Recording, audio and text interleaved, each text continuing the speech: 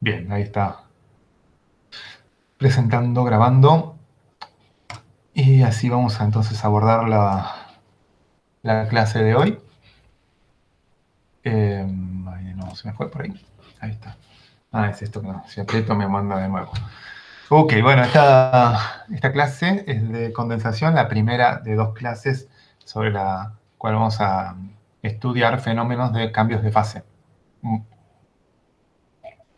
Y bueno, cómo afecta al intercambio de calor, ¿no? Sería como una versión de convección, pero ya con no solo una fase presente como vimos hasta ahora, ¿no? Y entonces, las complejidades que esto acarrea.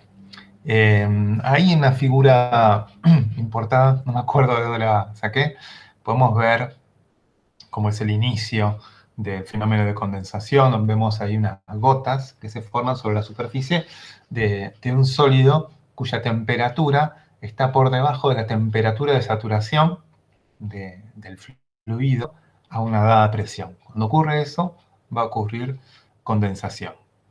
Bueno, hay distintas escalas que se pueden apreciar por ahí, pueden ver distintos tamaños de gotas. Vamos a intentar explicar eso. Y también los modos de condensación. En el primer caso, podemos ver que las gotas se coalescen, se unen entre ellas para formar películas, que es el modo más estudiado en términos de aplicaciones. El modo de condensación en película. El otro es en gotas. Siempre empieza todo el proceso de condensación como gotas, pero no es sencillo sostenerlo en el tiempo. Así que, bueno, este es siempre nuestro resumen de lo que vamos a abordar. Por eso vamos directamente a los principios de la condensación. Esto es lo que les mencionaba, sobre que vamos a estudiar cambios de fase.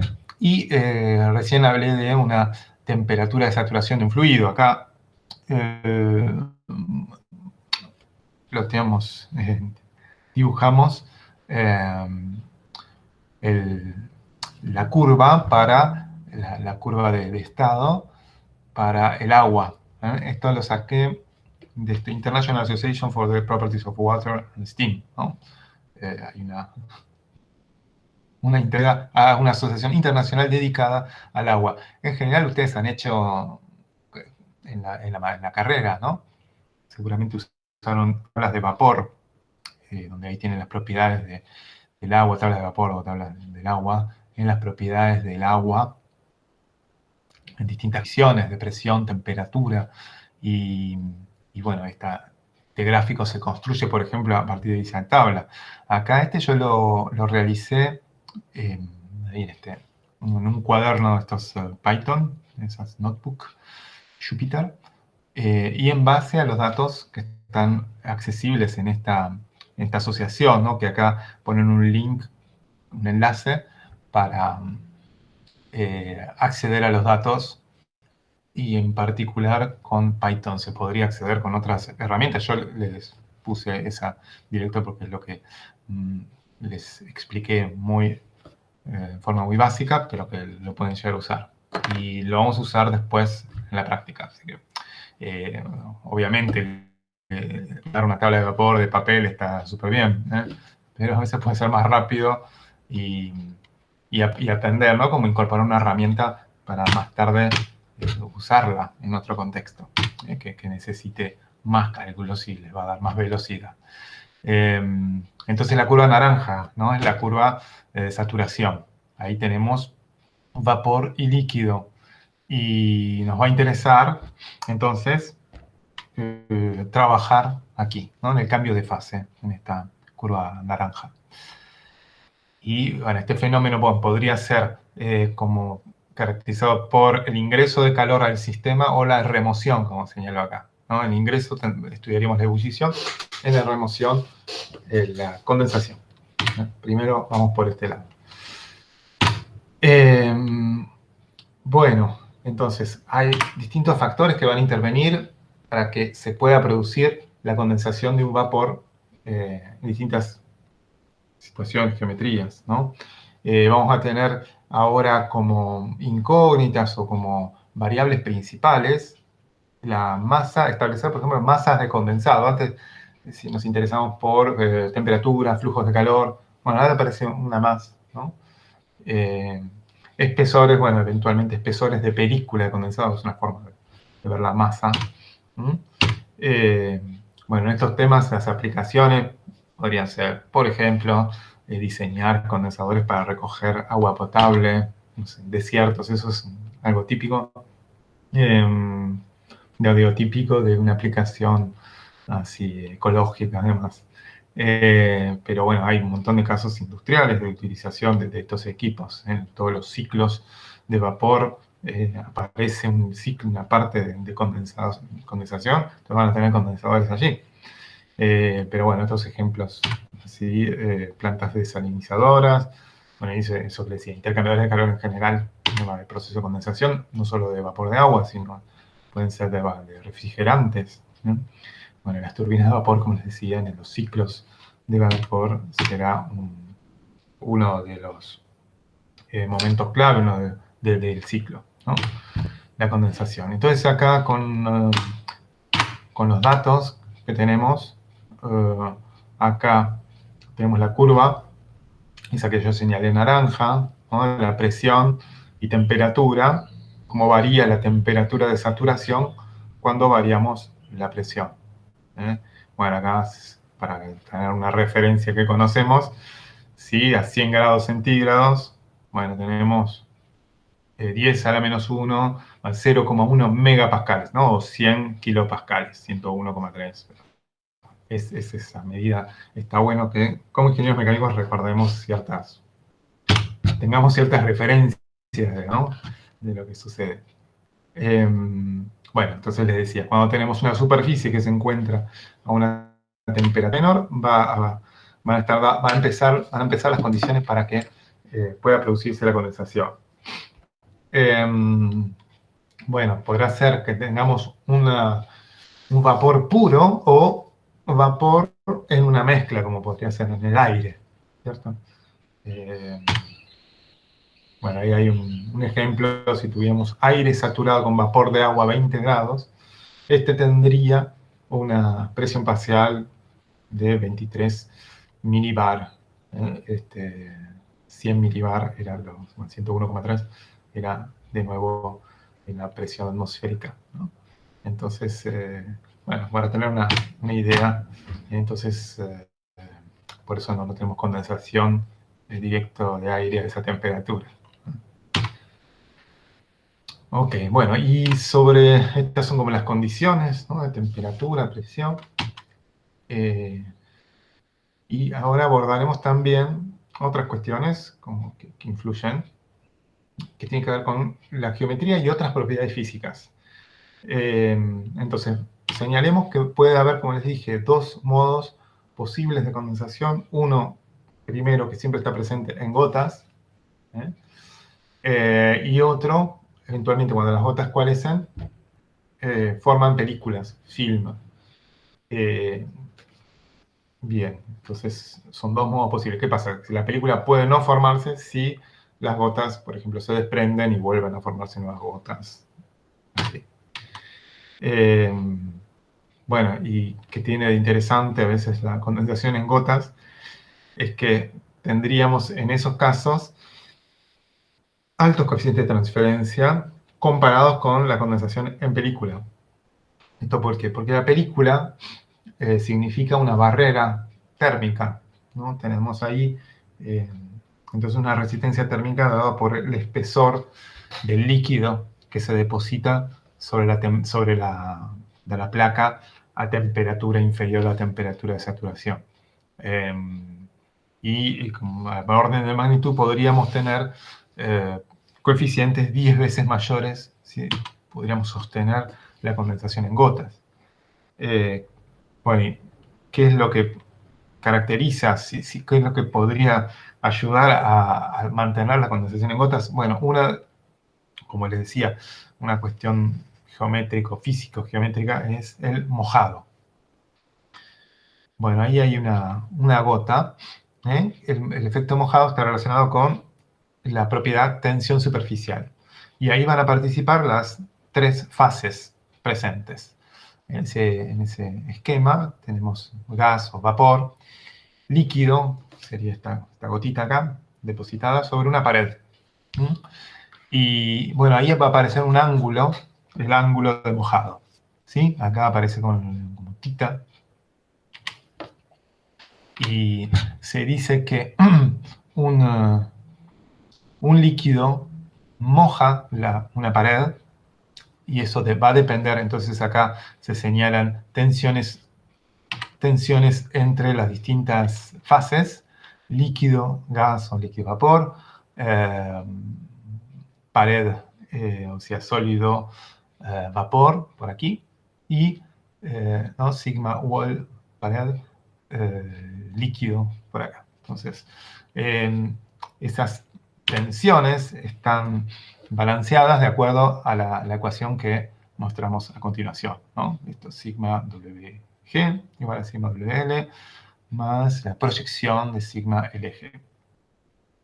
¿Sí? Eso tiene que estar balanceado y así entonces vemos cómo se relacionan de acuerdo a cómo son los materiales, el fluido y la pared, cómo van a influir así estas cantidades, ¿no? Estos sigma, estas tensiones.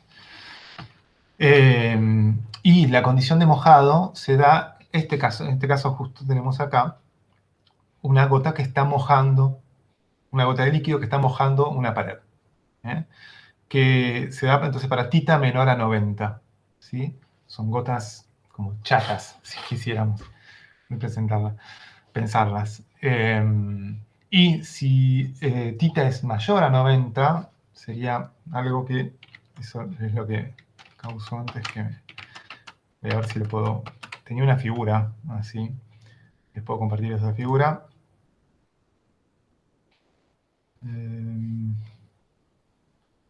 Vamos a ver, documentos, aquí. Vamos acá, acá, y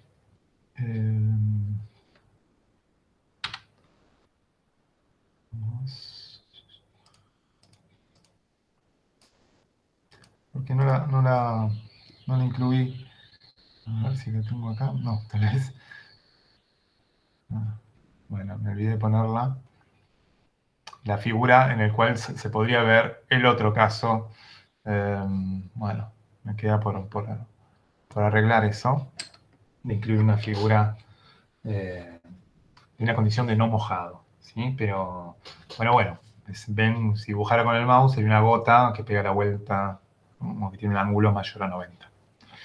Y eso ustedes lo pueden, en sus casas, observar si tienen alguna superficie de Teflon, ¿no? En algunas cacerolas o sartenes. La mía, lamentablemente, ya perdió su capa de Teflon, así que está moja completamente, pero en esos casos sucede que podrían llegar a ver gotitas que no tienen no mojan bien. Y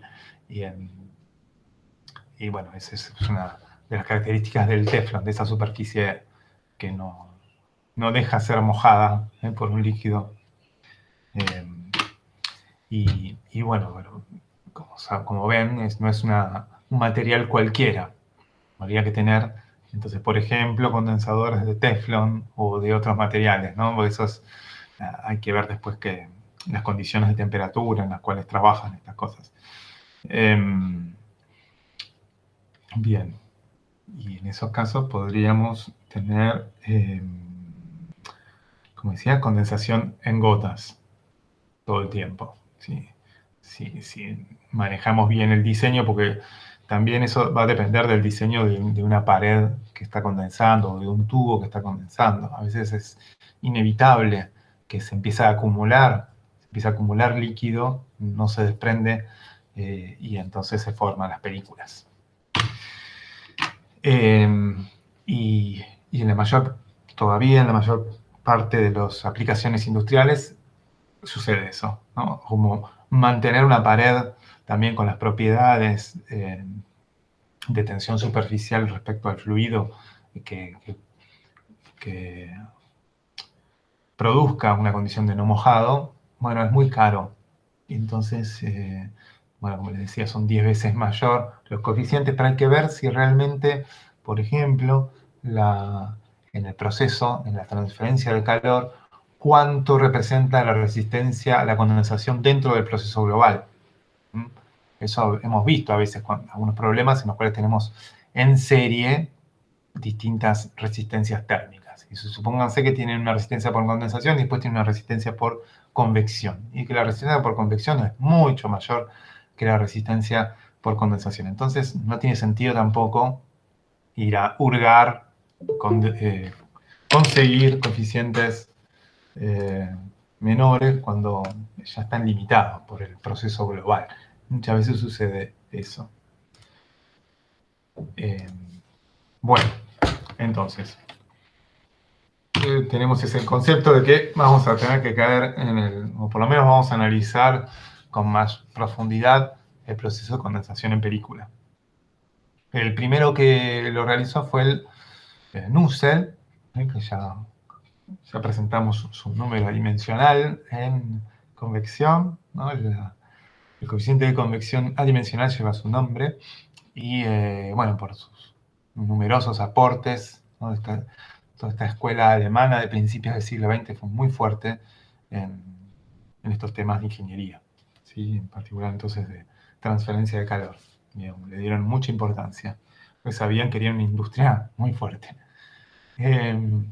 Entonces, ahí hay un esquema de lo que sucedería en una placa plana, en la cual primeramente se formarán gotas, pero eventualmente coalescen y se forma una película. Y ahí la vemos, esta película que está aquí, desde la posición x igual 0 en adelante. Ponemos el eje de coordenadas tangente, el eje x, tangente a la pared, y habrá un eje y normal a la pared. Se parecen un poco, mantienen ciertas similitudes con el problema de capa límite de placa plana que vimos. Sin embargo, bueno, hay algunas diferencias que vamos a señalar bien. Entonces, acá mostramos, bueno, la aceleración de la gravedad, ¿no? O hubiera la densidad del gas o vapor, la densidad del líquido, la temperatura, esto es lo que estamos diciendo por ahí, ¿no? La temperatura de la superficie, perdón, la temperatura de saturación sería la temperatura que alcanza la película de líquido cuando entra en contacto con la fase vapor. Eso es una de las hipótesis de la teoría de Nusselt. Bueno, ahora podemos enumerar. Le decía, bueno, las fuerzas de inercia en estos casos son mucho menores que las fuerzas viscosas o gravitatorias. Piensen siempre, si se puede, si se le imaginan la ecuación de Navier-Stokes, los términos, como pueden discriminar unos con otros. Después lo vamos a ver, ¿no? Pero es una forma también de darle magnitud a eso. Que el calor se va a transmitir mayormente en la dirección normal a la pared. Que no hay fricción en la interfase del vapor a líquido. Aquí, ¿no? Lo que les decía, que la temperatura en Y, en la coordenada de la capa, del espesor del líquido, Y igual delta, lleva ese nombre como el de la capa límite, pero no es un espesor de capa límite estrictamente, sino que es un espesor directamente de líquido, delta, en este caso. Entonces, en Y igual delta, la temperatura es la temperatura de saturación. Y de acuerdo a las consideraciones anteriores, por ejemplo, esta de fuerzas de inercia mucho más bajas, o sea, los términos convectivos son pequeños, muy pequeños frente a los restantes, eso hace que si miran la ecuación de conservación de la energía, si la recuerdan, había unos términos asociados a las velocidades, cuando la velocidad era apreciables, los términos convectivos. Y bueno, esos como que los despreciarían y por eso, entonces, van a tener una variación lineal dentro de del líquido. Bien, otra, las propiedades físicas del condensado, de este líquido, serán independientes de la variación espacial de la temperatura. Claro, podríamos tener a veces variaciones y entonces cambiarían, pero no es algo que lo tengamos en cuenta. Y que en este caso, así como se presenta, la tensión superficial no va a jugar un rol relevante. Bien, y bueno, la otra parte que no está puesta acá es la temperatura en la pared. Bueno, la temperatura del líquido es igual a la temperatura en la pared en Y igual 0, ¿sí? Y que la velocidad es nula allí. Son condiciones de borde del problema. Esto de la tensión superficial, ¿cómo lo podemos ver físicamente? La tensión superficial es importante, si en procesos, como señalamos hace un ratito, en geometrías de gotas, en geometrías en las cuales tenemos radios de curvatura, sí, pequeños, ¿no? Entonces, acá, ¿no? Esto es una gota para darle un orden de magnitud. Entonces allí, por ejemplo, sí participan y es decisivo la tensión superficial. Fíjense, por el contrario, que aquí los radios de curvatura del líquido son enormes, ¿no? Cuando no, acá podría ser considerado casi tendiendo a infinito, ¿no es cierto? Entonces, si no hay realmente una geometría del escurrimiento en la cual tengan radios de curvatura apreciables, perdón, pequeños que no sean tan grandes, entonces la tensión superficial no va a participar en el flujo. Entonces, para analizar este problema, vamos a hacer uso de la ecuación de continuidad, la ecuación de conservación de cantidad de movimiento y de la ecuación de la energía. De las tres formas que vamos a analizar un problema estacionario. Bien, entonces nos sacamos de encima este término primero, ¿sí? Bueno, acá, perdón, la energía ya la pusimos estacionaria, ahora después lo veremos con la otra. Y vamos en la ecuación de cantidad de movimiento a interesarnos por la dirección de la coordenada vertical x. Sería esta la versión, ya sacamos el término no estacionario, estos serían los términos convectivos, ¿sí? El término de presión, el término de la aceleración volumétrica, G, y el término difusivo viscoso. Sobre esta ecuación tendríamos como condiciones de borde no deslizamiento en el Y igual 0 y, como les había dicho, de fricción nula, o sea, una condición, ahí está la condición de fricción nula sobre la derivada, y también una condición sobre la velocidad en la dirección normal, nula, la pared no se penetra, no es impermeable.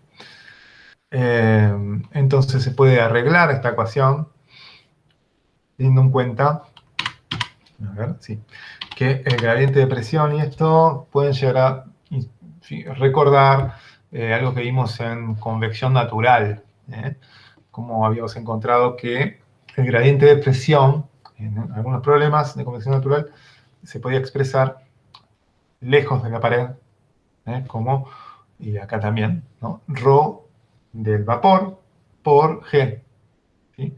Eso es porque lejos de la pared la ecuación de Navier-Stokes degenera en la ecuación hidrostática. Y, como decíamos, Nusselt estos términos los desprecia, términos convectivos.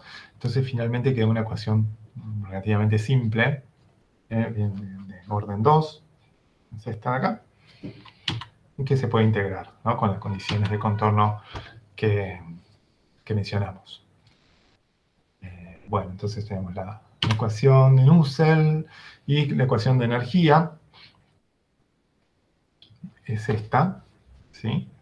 Acá teníamos, bueno, ρCp por la velocidad, por el gradiente de temperatura, y estaba igualado a un término que tenía que ver con la producción de calor por fricción viscosa y el flujo de calor, acá con la ley de Fourier. Bueno, decíamos, los términos convectivos no van a participar, no van a ser importantes. Si pensamos que esta producción de calor por fricción es mucho menor, que suele suceder en las aplicaciones, a los flujos de calor, entonces finalmente lo que sobrevive en esta ecuación es el término de la derecha, que se transforma, deviene la ecuación de Laplace. Algo que ya habíamos visto, ¿no? Cuando vimos esta ecuación de conservación de energía, dijimos, bueno, en el caso particular en el cual la velocidad es muy baja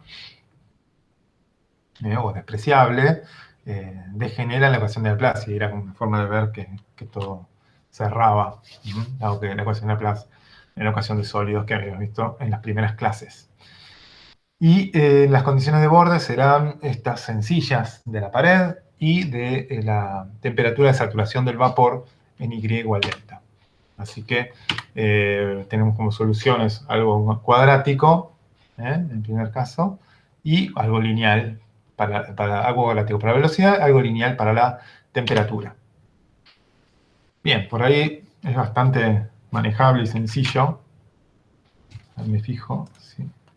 Está todo en orden, supongo. Bueno, me ha pasado ya. Entonces, fíjese que quedaron ambas expresiones en función de delta, el espesor de fluido, de líquido, de condensado.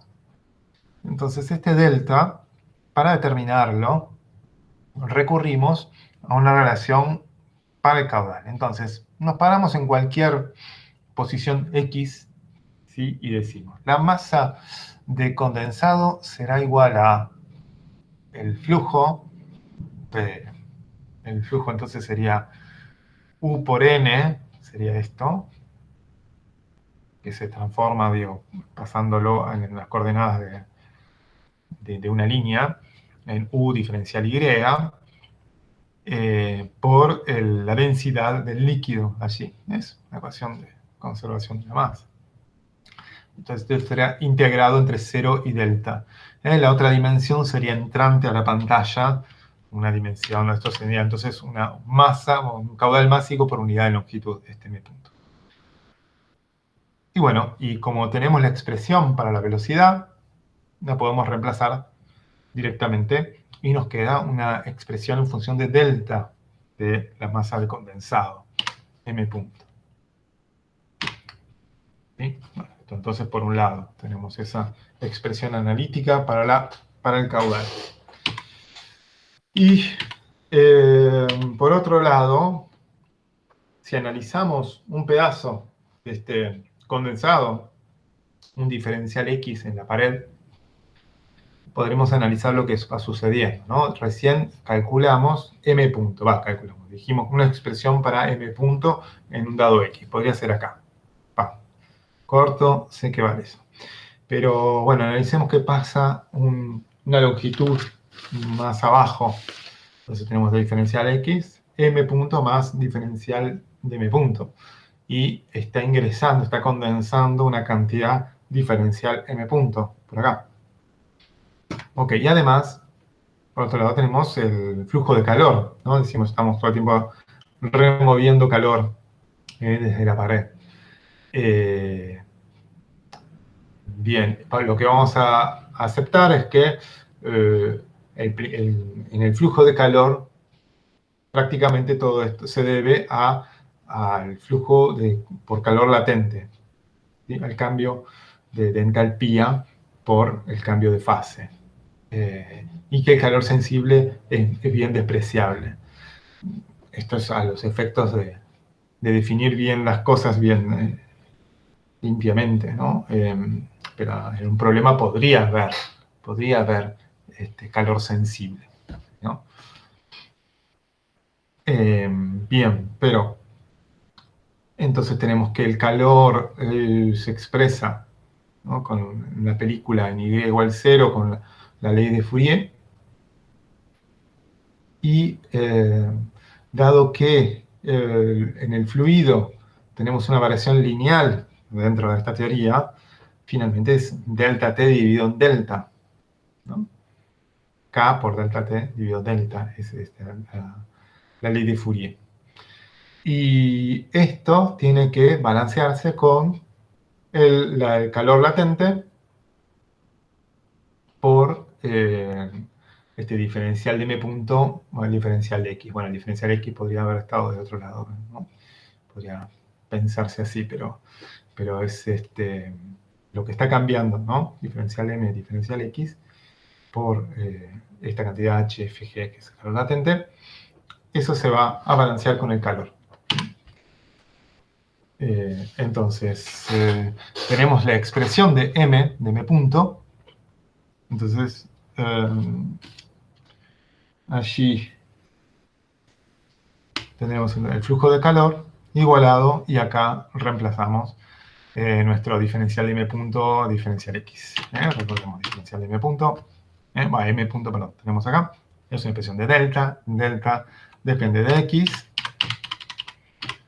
Entonces la podríamos, ¿no? Queda acá la derivada de delta respecto a x, y el resto, que viene de la expresión de m punto, que a su vez venía del campo de velocidad.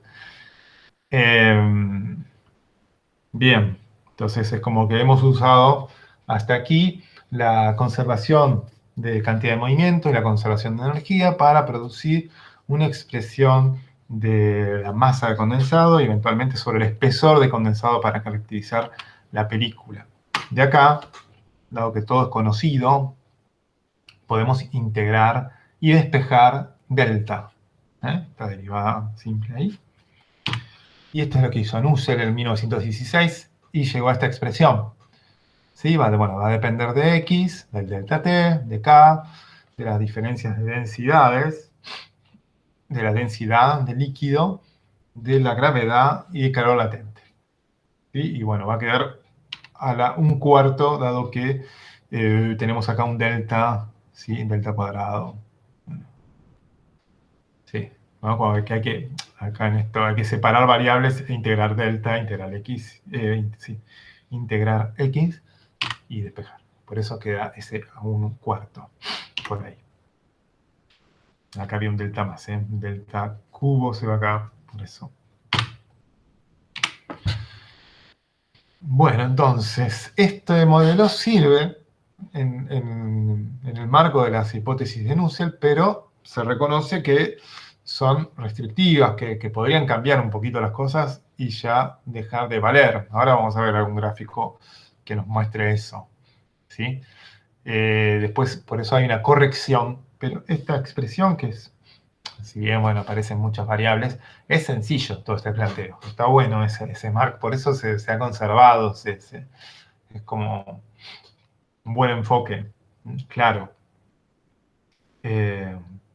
Entonces, después, este mismo enfoque se va a corregir, corrigiendo este valor, calculando valor de calor latente de una forma particular, y también en función de un parámetro adimensional que es el número de Jacob, que ya lo vimos, ese número de Jacob, que comparaba calor sensible con calor latente en problemas de solidificación, lo habíamos visto, ¿no? Que ahí era pequeño. Bueno, aquí, cuando el calor sensible empieza a tener más importancia en el proceso, y lo pongamos a decir que es tan bajito, entonces vamos a hacer, hay una forma de hacerlo intervenir para que mejore el ajuste de nuestra expresión. Bueno, entonces, el coeficiente de transferencia, H, dado que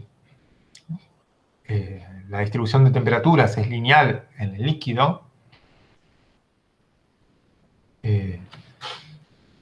se puede expresar de la siguiente. Se define primero como el calor dividido el delta T entre la pared y la temperatura de saturación del fluido. Y el calor, la expresión para el calor, la sacamos hace un ratito, era sencilla, está en función de delta, K por delta T dividido delta. Las dudas, estaba acá, ¿cierto? Esto era por la cuestión de linealidad del perfil de temperaturas. Así que, entonces, en este caso, muy simple, resulta directamente H es igual a K dividido delta. Y Nusselt será X dividido delta, algo que Nusselt es H por X dividido K. Se guardan de convección, es el mismo concepto. Y así tenemos una expresión para el número de Nusselt, ya que delta tenemos la expresión analítica, entonces Nusselt, algo que es 1 dividido delta o X dividido delta, aparece como esta expresión para Nusselt sub X, ¿no? Para la estación X, ahí valdría así el Nusselt. Después se podrá integrar, aparece un Nusselt sub L, que resulta de integral de X igual 0 hasta X igual L, y tener un parámetro así global de, por ejemplo, una placa. Pero bueno, es como pasaba por ejemplo, con el coeficiente en la placa plana, ¿sí? El coeficiente del Nusselt sub X. Ah, bueno, sí, lo mismo. En la placa plana, perdón, sí, en el flujo convectivo. Tenemos un Nusselt sub X y un Nusselt sub L de toda la placa. O el coeficiente de fricción en fluidos, como había visto. Bueno, entonces, había dicho que la expresión está buena, pero en algunos casos hace falta corregirla. Entonces, acá enumeramos todos los parámetros que participan para definir el coeficiente de convección en este problema. Entonces, surgen del análisis dimensional que hay 9 variables y 4 dimensiones. 1, 2, 3, 4, no, perdón, 5. Ahí aparece una distinción entre joule de calor y joule de trabajo, por ejemplo. Así. Entonces, por eso acá aparece una 2, 3, 4, una quinta dimensión. Es una cuestión formal, pero que define el problema, para distinguir eso, ¿no? Esas unidades cuando se deben a calor o a trabajo, un trabajo mecánico, ¿no? Así, entonces, tenemos 9 variables enumeradas en el problema en la línea 17, en la ecuación 17, y 5 dimensiones. Entonces, por el teorema Pi-Buckingham, habíamos visto, y habían visto fluidos, que entonces van a aparecer n menos k, o sea, 9 menos 5 igual a 4 números adimensionales. Algunos de ellos ya los vimos recién. El número de Nusselt. El número de Planck, por ahora lo vimos en otros problemas, pero acá no apareció en forma explícita. No fue necesario en todo el desarrollo analítico de Nusselt. El tercero podría ser el número de Jacob. De nuevo lo recordamos. Entonces era comparar el calor sensible respecto al calor latente. Y el número que nos ha servido aquí en forma indirecta es ese número pi sub 4 que no tiene nombre, pero que resulta de la solución que hemos llegado hace un ratito. Este podría ser visto como una especie, si se fijan, le ponen un poco de buena voluntad, de número de Rayleigh. ¿Recuerdan? Como que tenían el número de Rayleigh, una delta rho, g, una longitud, una dimensión al cubo, y abajo, bueno, abajo ustedes tenían nomás viscosidad cinemática y difusividad térmica. Acá aparecen, vean, aparece mu y rho aparece arriba, así que se podría llegar a arreglar para que aparezca la viscosidad cinemática. Y K, bueno, habría que acá también llevar K a la difusividad, ¿no? Sabemos que la conductividad y la difusividad son lineales, tengo que dividir por rho y Cp para que parezca la difusividad. Pero bueno, tiene una pinta, un aire a eso. No es directamente. Bueno, acá había pues ya, eso es por no avanzar. Se puede entender como un número de Rayleigh para la película de condensado, sí. Entonces, distinguimos estos 4 números adimensionales y vemos que en el primer caso nosotros habíamos encontrado una solución si se fijan, este pi sub 4, una solución analítica que tiene que ver, acá, sería como ver Nusselt en función de pi sub 4, una función directa, o sea, hay un factor ahí, pero es bastante directo. Como entre esos dos números habíamos encontrado la solución del primer problema de Nusselt con todas las restricciones, con todas las hipótesis fuertes de él.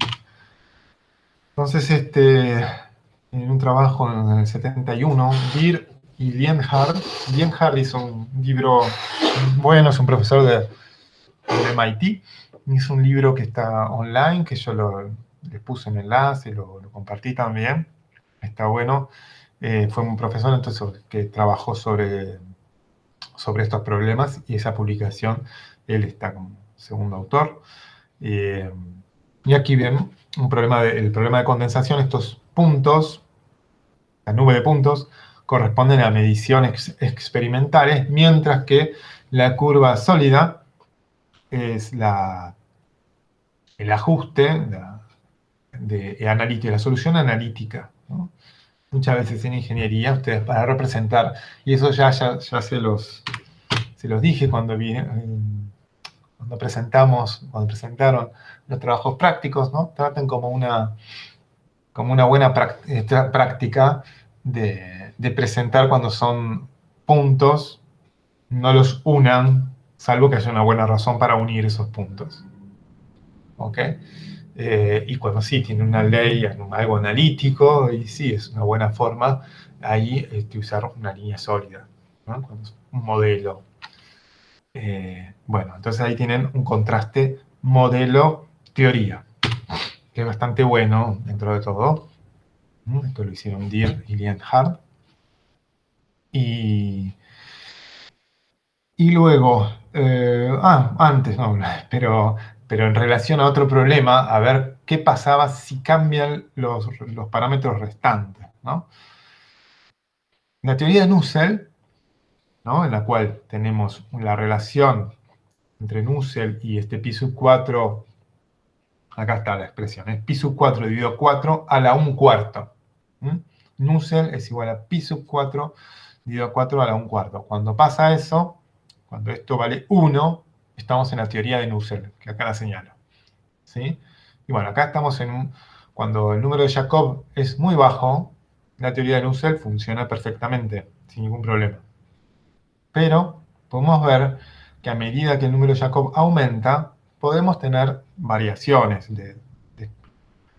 No, este está en lineal, no, este está en logarítmico, pero las variaciones entonces de Jacob, bueno, acá están logarítmicos, ¿no? Pero podemos ver que para Prant pequeño, Prant 1, podemos aceptar que no varía mucho, pero para otros Prant, sí, atención. Y bueno, eso puede aparecer en problemas, distintas aplicaciones industriales, ¿no? Tener otros números de Prant. Está bien. A ver si tuve algo. No, veo si tengo alguna respuesta por las dudas, por si los perdí. Espero que no. ¿No están? Perdón. Les hago una Sí, sí, consulta. estamos siguiendo. Está bien. Es complicado. A veces Gracias por avisar. Bien. No, como mi computadora no anda muy bien, entonces tengo esa duda. Ok. Y también, por favor, siéntanse libres no sé si cada vez que hacen un chat me hace un ruidito o algo así. Y espero que se vea bien. Tal vez se está viendo, mi pantalla se está viendo con dos ventanas, ¿no? Se está viendo más chiquito. Sí, desde el principio se ve esa imagen, Claro, sí. pero igual se ve bien, o sea, tampoco. Bueno, gracias por el Eso. no, pero ahora me acabo de dar cuenta recién. Me acabo de dar cuenta recién. Bueno, está bien, seguimos así. Después la parte que sigue práctica, lo voy a tratar de arreglar eso. Es que puse otra pantalla y se está. No tuve en cuenta eso. A ver si tendría que compartir la ventana nomás. A ver, voy a intentar hacer eso para que se vea un poco mejor. Dejo de presentar y presento una ventana. seleccionar y condensación. Bueno, ahí.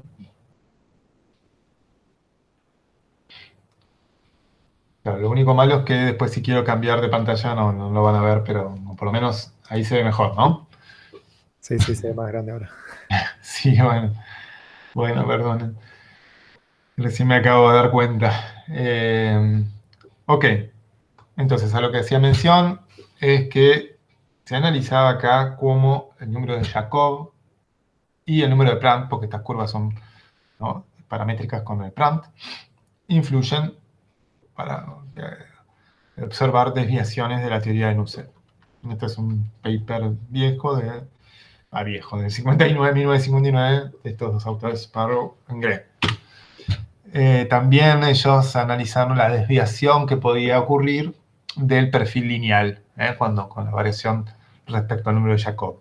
Como que hay una ligera, ¿sí?, variación. Entonces, como que no valdría tanto la hipótesis para otros Prandtl. Más adelante, entonces, para tener en cuenta estas variaciones y evitar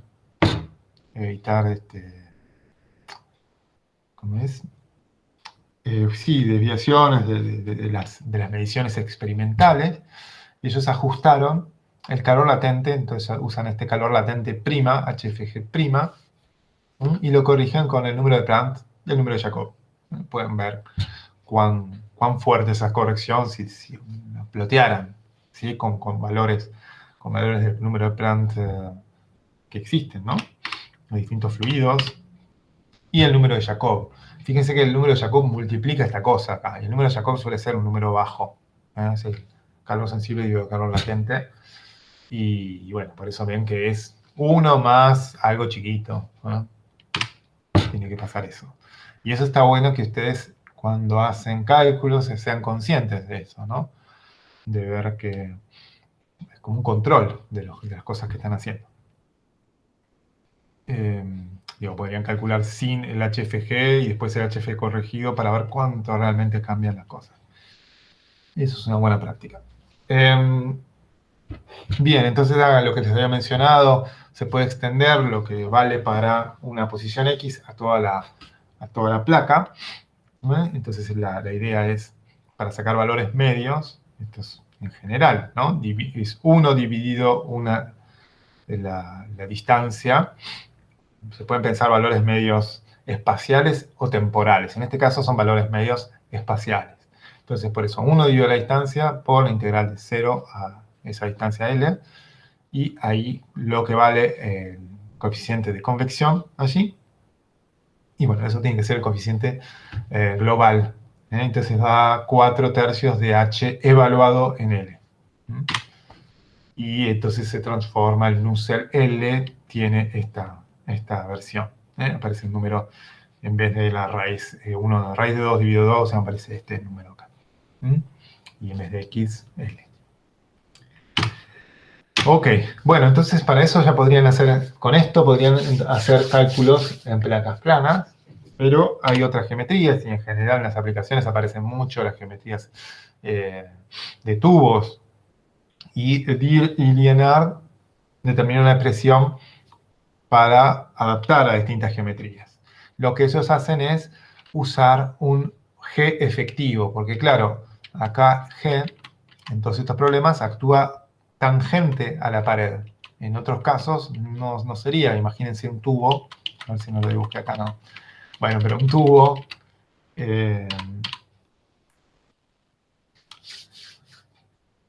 bueno, no puedo dibujar, pero ¿no?, se ven como la G, la gravedad siempre es como una vertical, y en el tubo, bueno, van a tener la tangente inicialmente cuando empieza, ¿no?,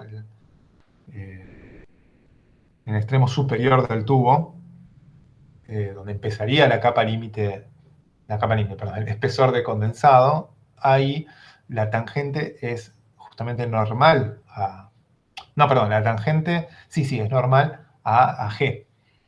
Así que entonces lo que ellos hacen es proponer un G efectivo. Y bueno, se estima con esta expresión acá. Es una expresión analítica. Entonces aparece X, que es una coordenada. Entonces, a lo largo de la película tangente a la superficie, G de X será la componente de la gravedad proyectada sobre X, y R será el radio de curvatura a lo largo del eje vertical. Por ejemplo, en un cilindro, en un tubo, sería una constante, pero podría esto aplicarse a otras superficies con radios variables, pero es más complicado, ¿no? Bueno, donde R es fijo se simplifica la expresión esa, y en el cilindro vertical, al cilindro horizontal, una esfera, se podrían aplicar conos, discos. Bueno, esto es para entonces entender cómo se han extendido estos resultados a otras geometrías y se tienen esas correlaciones. Pero que la base de todo es el cálculo en placas planas.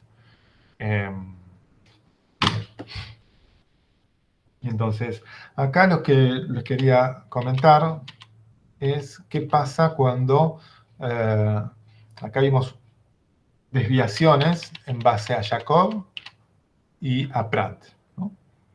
Los distintos fluidos, distintos regímenes. Pero también, ¿qué puede pasar cuando tenemos placas largas, por ejemplo? Conforme que aumenta el caudal, aumentaría una especie de número de Reynolds, ahora lo vamos a definir, ¿no? El número de Reynolds no es tan directo en estos casos. ¿Por qué? Porque para el número de Reynolds siempre estamos pensando en una longitud característica, en una velocidad y en la viscosidad, ¿no?, cinemática del fluido. Pero en este caso en particular no es como el caso de la placa plana, en el cual ustedes tenían la velocidad del flujo libre, ¿no? Acá la velocidad está dentro del condensado, de ese espesor, y va variando. Entonces, ¿cuál tomar? ¿Cómo definirlo? Bueno, ese es algo que vamos a ver enseguida, pero por eso el número de Reynolds no es tan directo. Acá, estos autores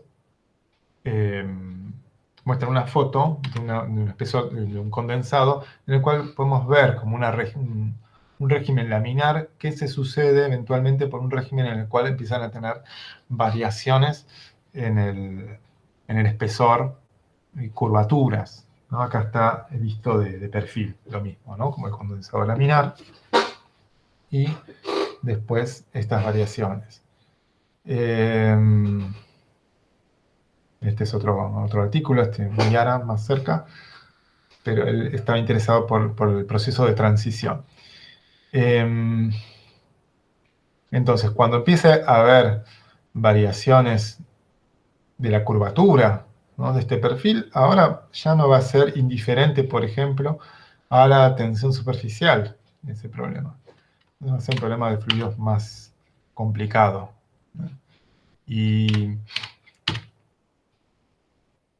bueno, tendremos un cambio cualitativo. Bueno, ahora les había mencionado cómo definir el número de Reynolds, pero bueno, se dice entonces que primero empiezan una especie de ondulaciones o rippling en inglés, y luego eventualmente una desorganización del flujo que tiene características turbulentas, que habíamos dicho ya algunas palabras sobre turbulencia en el contexto de convección, pero que son aplicables para este caso también.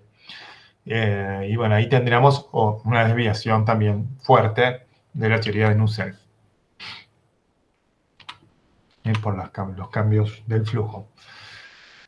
Bien, entonces, ¿cómo definimos el número de Reynolds? Pensemos en que tenemos algunas cosas conocidas, bien definidas, que una de ellas era el caudal másico por unidad de ancho de película. Perdón, teníamos el caudal másico. Ahora pensemos en ese caudal másico por unidad de ancho de película. Entonces sería la densidad por este flujo U por diferencial Y, integrado en 0 a delta. Y eso lo habíamos sacado hace un rato.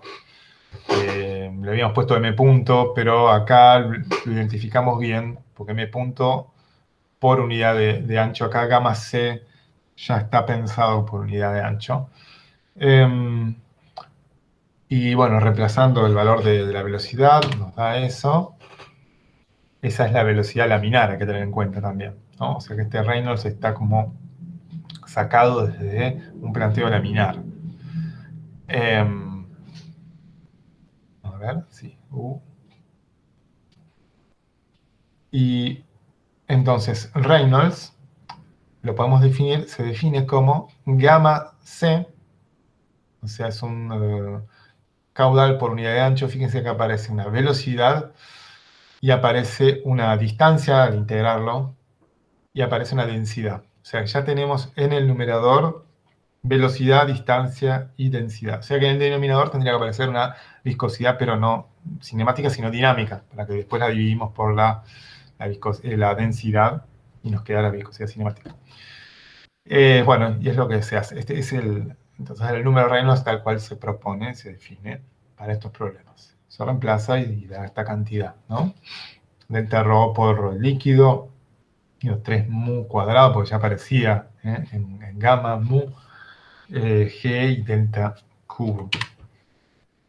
Entonces, se puede relacionar que en anteriores casos, cuando empiezan a aparecer las ondulaciones, ese rippling y eventualmente después la transición a la turbulencia, tiene que ver con este parámetro, como que se ha identificado el parámetro de este Reynolds, así definido, como lo que determina el comportamiento. Entonces esta figura acá, bueno, acá parece que ese Reynolds vale 32, en este caso. Como para tener una idea. Después hay una figura de un trabajo, es un trabajo de medidas experimentales que tiene su historia. Este lo había sacado de un libro, pero este realmente, esta curva, primero la vi en un libro, no me acuerdo ya cuál, estaba citada, pero quería hacer mención que después me dio curiosidad, ¿quién hizo las medidas de esto? Me parece el primero que las hizo fueron este autor Kirschbaum en 1952. Como que acá a veces pasa, ven que hay unas crucecitas, después hay unos triangulitos y unos puntos negros. Bueno, cada uno de estos autores hizo su aporte en esta curva. Y bueno, el más reciente fueron estos en Gregoric et al.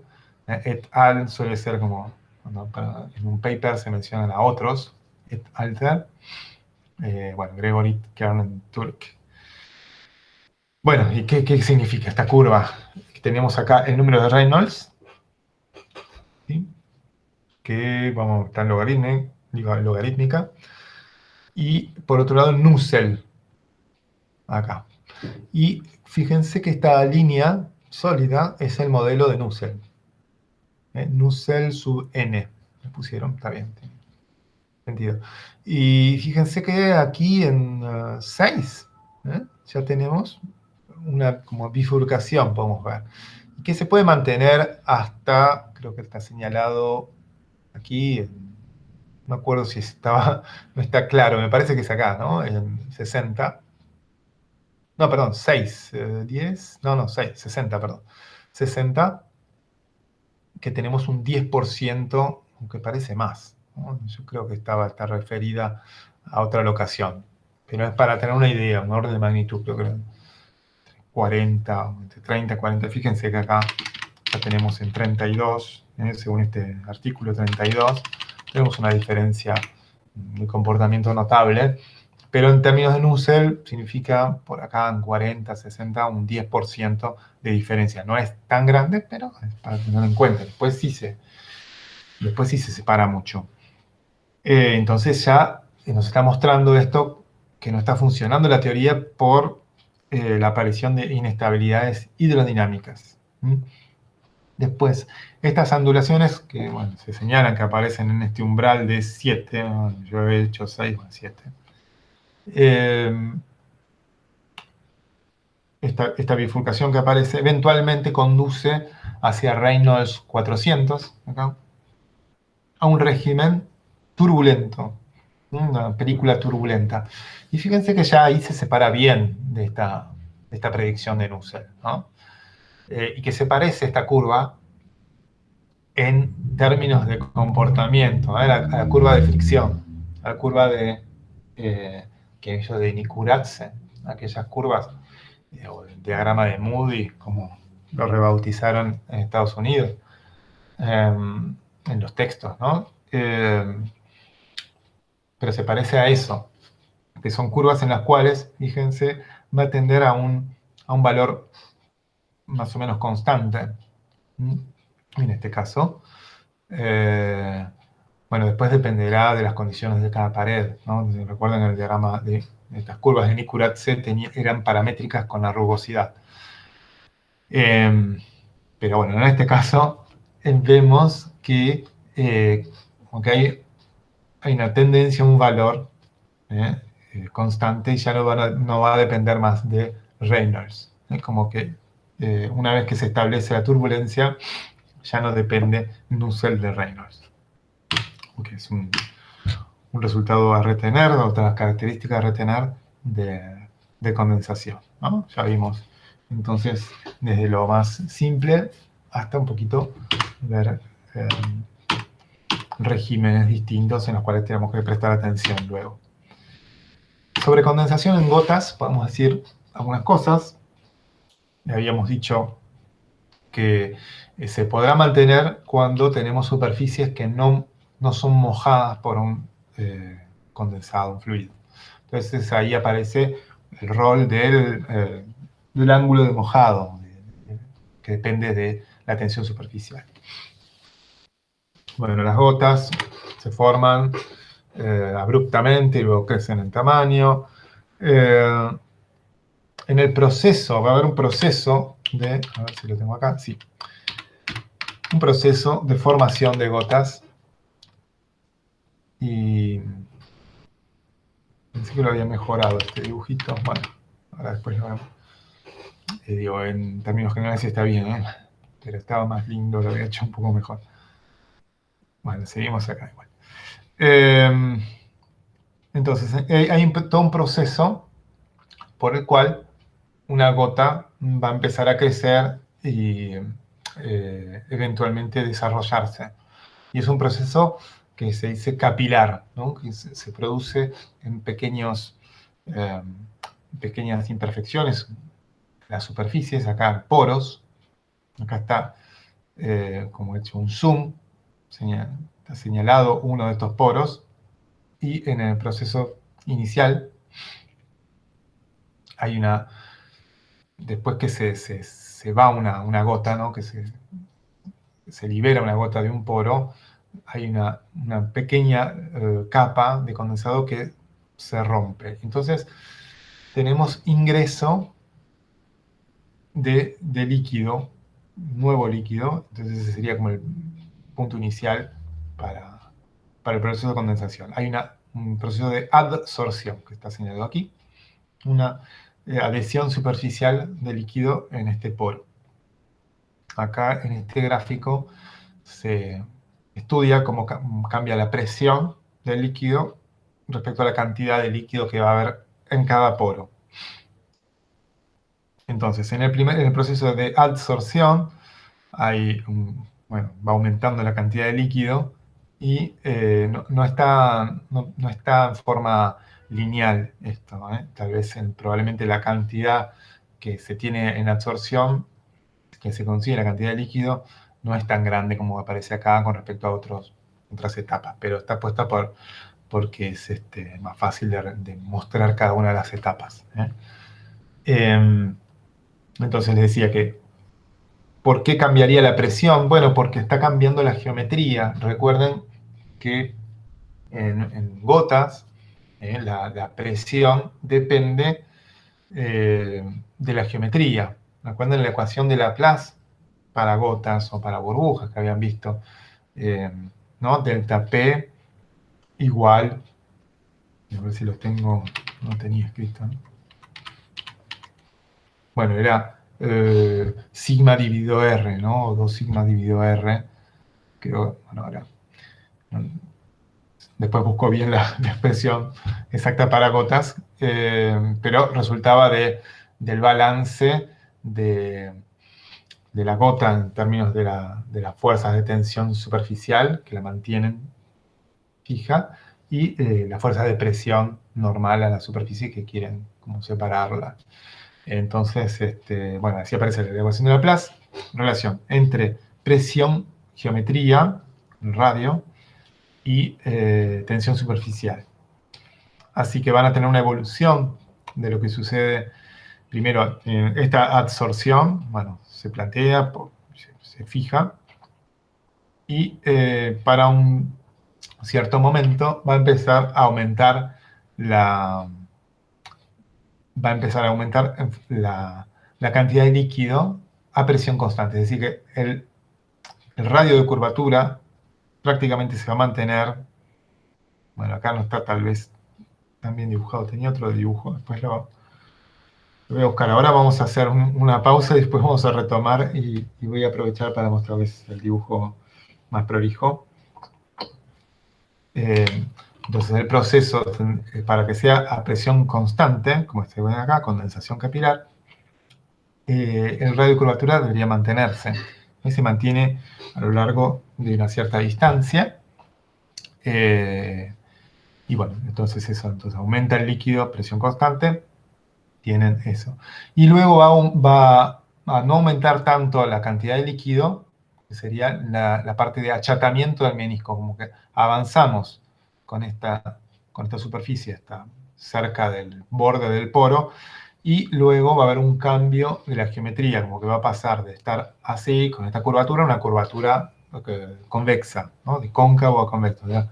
Puramente un cambio geométrico, entonces va a haber un aumento de la presión. Entonces sería absorción, condensación capilar, achatamiento de menisco, esas tres etapas que están.